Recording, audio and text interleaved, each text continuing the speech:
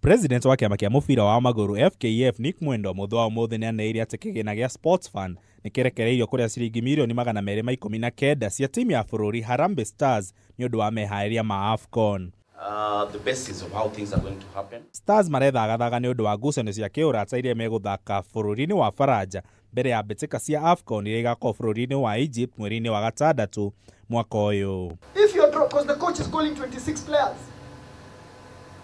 then he will drop 3 to carry 23.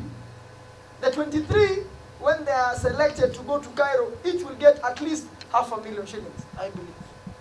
That means a minimum of 750K for each player, for just being there. Mutaratara wa makuri ukarutwo muthenya wa Jumaa kuria Kenya kamenya makaiganirwo na maburi mariku. We are heading to Paris on 27th and getting out of Paris on 16th of June into Cairo. So we'll be in Paris for 3 weeks alongside the Women World Cup. We also asked the ministry to pay the coach. They've agreed they're going to pay the coach.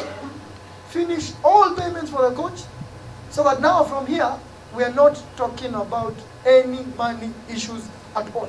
Kenya iranyita itemi mbitika-ini ici kwa rita ria mbere thutha wa guikara nja gwa kahinda ka miaka 15. Ngiribotera metha mathako ya Kameme TV ni Ndara wa Gateri.